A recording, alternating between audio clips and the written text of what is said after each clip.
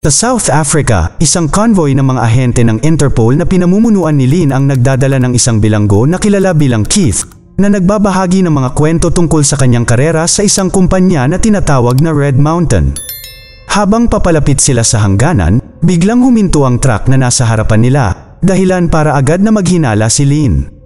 Biglang lumabas ang isang hukbo mula sa pagtatago at pinaputukan sila. Hindi nag-aksaya ng oras si Lynn at nagsimulang lumaban, gamit ang kanyang kakayahan sa pakikipaglaban at sharpshooting para ipagtanggol ang sarili. Sa lalong madaling panahon ang lahat ng mga kaaway nila ay nalampasan ang koponan ni Lynn at nagsimulang bumagsak na parang langaw, ngunit sa kasamaang palad, si Lynn ay nabaril sa kanyang kaliwang kamay, pinipigilan siyang kumilos ng mabilis. Determinado pa rin siyang protektahan si Keith, kaya hindi niya pinansin ang kanyang sugat at umupo sa driver's seat, nagmamaneho palabas ng lugar sa lalong madaling panahon. Samantala, sa isang magandang beach sa Florida Keys, si Travis at ang kanyang biyenan na si Frank ay magkasamang nangingisda. Ngayon ang anibersaryo ng pagkamatay ng asawa at anak ni Travis, kaya itinatapon nila ni Frank ang kanilang mga abo sa karagatan. Pagkatapos, bumalik sila sa bahay kung saan mabilis na nakatulog si Frank, ngunit nagpasya si Travis na pumunta sa isang bar upang uminom ng higit pa. Habang nakikipag-usap sa bartender, nakita ni Travis ang ilang mga lalaki na dumating at napagtanto na sinusundan siya ng mga ito, kaya gumawa siya ng plano. Pumunta si Travis sa banyo, at sumunod ang dalawang lalaki, ngunit nagulat sila, wala si Travis sa loob ng banyo ng mga lalaki. Nagtatago siya sa banyo ng mga babae, at paglabas niya, kumuha siya ng isang piraso ng metal at inilagay sa pinto para i-lock ang mga lalaki sa loob. Pagkatapos ay pinaghalo niya ang ilang mga panlinis at itinapon ang solusyon sa loob ng banyo ng mga lalaki bago ito sinindihan, na naging sanhi ng usok na magsimulang masuffocate ang mga magnanakaw. Nagsimula silang umubo at humingi ng tulong, kaya binuksan ni Travis ang pinto at inamin ng mga lalaki na sila ay mula sa Red Mountain. Gusto ng kumpanyang bumalik si Travis, ngunit tumanggi siya. Bumalik si Travis sa bar at nakita niya ang kanyang matalik na kaibigan na si Jim, na nagtatrabaho pa rin bilang isang assassin para sa Red Mountain. Nag-usap sila sandali at sinubukan ni Jim na kumbinsihin si Travis na bumalik sa trabaho dahil si Travis ay matagal nang nakapagpahinga mula nang mamatay ang kanyang pamilya. Ipinaliwanag din niya na ang dati nilang kasamahan na si Keith ay dapat nilang iligtas mula sa Interpol, kaya kailangan si Travis para sa misyon. Sinabi ni Travis na hindi at nang subukan niyang umalis, ngunit mabilis na nagbago ang kanyang isip nang marinig niyang magbabayad sila ng $1 milyong sa isang araw. Nang gabing iyon, sumakay si Travis kasama si Jim at pinag-usapan nila ang plano, sumang-ayon na ipapadala si Travis sa Hong Kong upang makipag-ugnayan kay Lynn. Speaking of Lynn, tinawagan niya ang kanyang anak na si Christopher, na nakatira sa kanyang lola habang nagtatrabaho ang kanyang ina. Sinisigurado niyang ayos lang siya at nangangakong babalik siya kaagad. Kinabukasan, nagbalat kayo si Travis at kumatok sa pinto ng apartment ni Lynn. Ipinakilala niya ang kanyang sarili bilang dating kaibigan ni Lynn mula sa Oxford at nalaman mula kay Christopher na malapit nang umuwi si Lynn. Bago umalis, kinuha ni Travis ang bag ni Christopher na kunwari ay pinupuri ito, at tahimik na ninakaw ang kanyang telepono. Sa pamamagitan ng pag-hack ng telepono, natuklasan ni Travis na lilipad pabalik si Lynn ang gabing yun, kaya nahanap niya ang pinakamabilis na flight papuntang South Africa, kung saan kasalukuyang matatagpuan si Lynn. Sa sandaling makarating siya sa airport, ipinagpatuloy ni Travis ang kanyang pagbabalat kayo hanggang sa makaupo siya sa tabi ni Lynn at subukang magsimula ng isang pag-uusap, ngunit hindi gaanong nakikipag-usap si Lynn at umalis para sa kanyang flight. Upang pigilan siya, tinawagan ni Travis ang Red Mountain at gamit ang kanilang impluwensya, napigilan nila ang flight ni Lynn, na naging dahilan upang bumalik si Lynn at makipag-usap pa kay Travis. Pagkatapos, inanyayahan siya ni Travis na maghapunan at tinanggap niya ito. Sa restaurant, si Travis ay nagpanggap na siya ay isang salesman at binanggit ang kanyang pamilya, na pinahanga si Lynn sa kung gaano siya nagmamalasakit sa kanila. Pagkatapos ay nagrente sila ng isang silid tulugan sa hotel at nagpalipas ng gabi na magkasama, bagaman hindi mapigilan ni Travis na isipin ang tungkol sa kanyang namatay na asawa. Kinaumagahan, habang naliligo si Lynn, kumuha si Travis ng maraming impormasyon mula sa kanyang telepono at naghanda para patayin siya. Tahimik siyang pumasok sa banyo at hinila ang gatilyo kay Lynn, ngunit bigla siyang nakabalik sa kama dahil iniisip lang niya kung ano ang mangyayari. Dahil sa ayaw niyang gawing ulila si Christopher, Umalis si Travis nang hindi pinapatay si Lynn at tinawagan si Jim para sabihin na nakuha niya ang lokasyon ni Keith. Biglang nagpakita si Lynn at itinutok ang kanyang baril kay Travis na hinihiling na lumuhad siya. Ngunit nang lumuhad siya, may dumaan na sasakyan at binigyan siya ng pagkakataong ilabas ang kanyang baril. Pareho silang nagpaputok at pagkatapos makipagpalitan ng ilang putok, nagawa ni Lynn na barilin siya mismo sa dibdib. Nang napagtanto ni Travis na ang dugo ay lumalabas sa kanyang dibdib at bumagsak sa sahig, nagsimula siyang makakita ng masasayang alaala ng kanyang pamilya at sa tingin niya ay sa wakas ay muling nakasama niya sila na nagpapasaya sa kanya. Gayunpaman, ilang sandali pa ay nagulat si Travis nang magising siya sa isang silid ng operasyon. Siya ay sumisigaw sa tuktok ng kanyang mga baga at tinulungan siya ni Doktora Helen na kumalma hanggang sa mabawi niya ang kontrol sa kanyang mga pandama.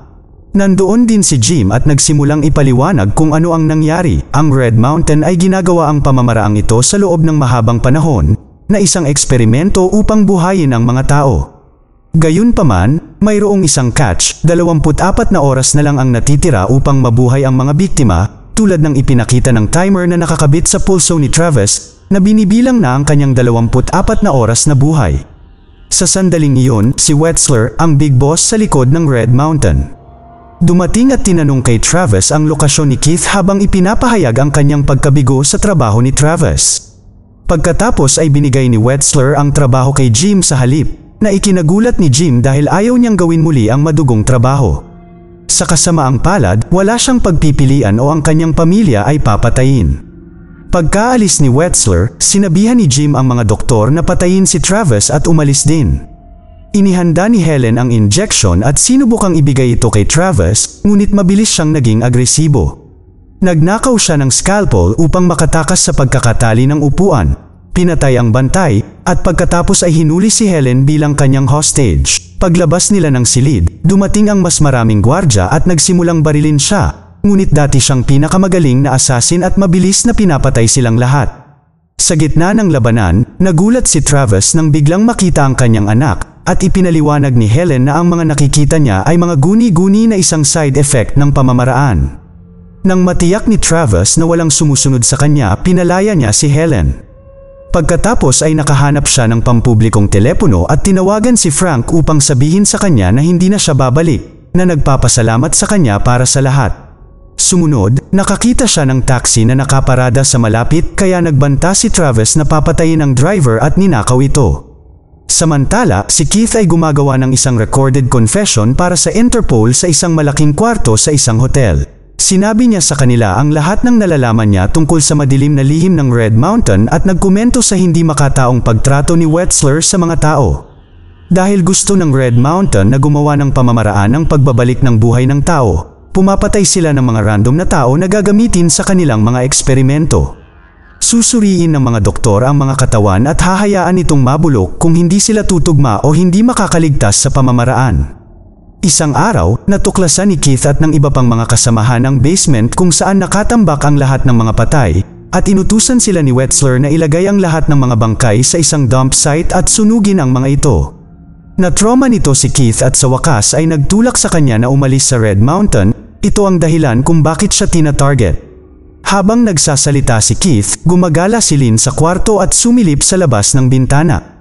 Mabilis niyang napagtanto na may isang sniper sa gusali sa kabilang bahagi ng kalye na si Jim pala.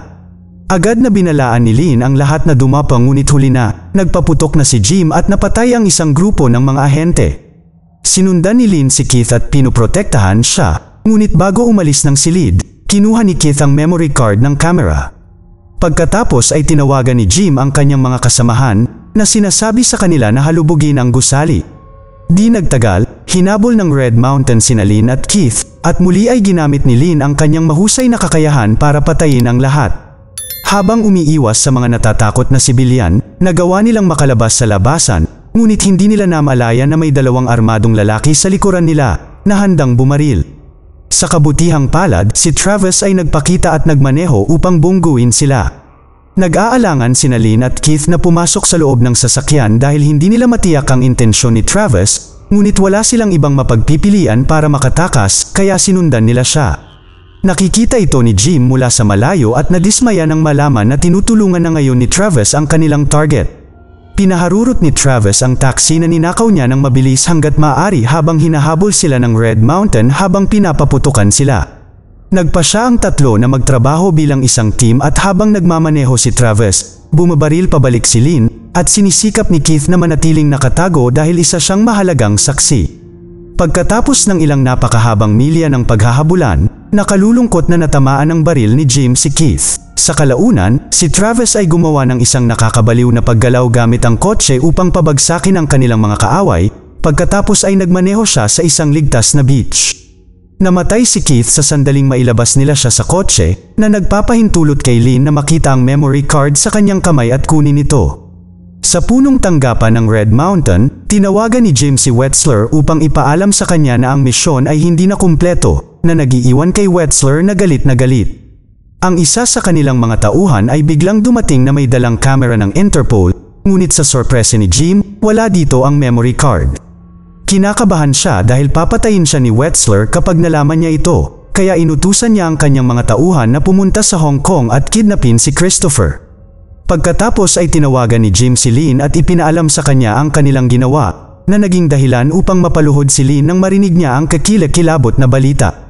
Sinubukan ni Travis na aliwin siya bago makipag-ayos kay Jim sa telepono, nalaman na gusto ni Jim ang memory card kapalit ni Christopher at sumang-ayon sa isang lugar para magkita.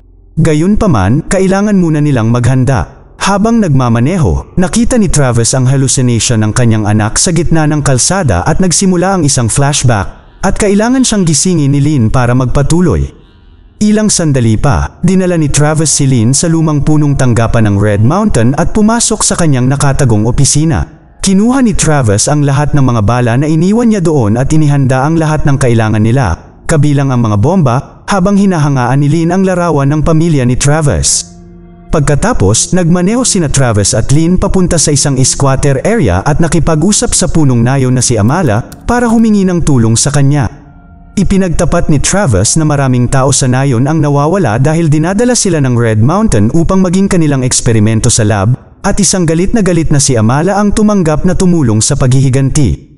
Makalipas ang ilang oras, wala nang maraming oras si Travis nang sa wakas ay nakipagkita siya sa isang grupo ng Red Mountain na pinamumunuan ni Zack. Iniisip ng taong ito na si Travis at Lynn ay nag-iisa, ngunit si Travis ay sumipol, at lahat ng mga tao sa nayon ay lumabas na may mga armas sa kanilang mga kamay. Habang tinatalakay ang palitan, si Travis ay nagsimulang makaramdam ng pagkahilo na bumagsak sa kanyang mga tuhod dahil sa mga side effect na nagpapahina sa kanya. Nagalit si Zack at sinubukang itutok ang kanyang baril sa ulo ni Travis, ngunit biglang binaril ni Amala si Zack at nagsimula ang kaguluhan.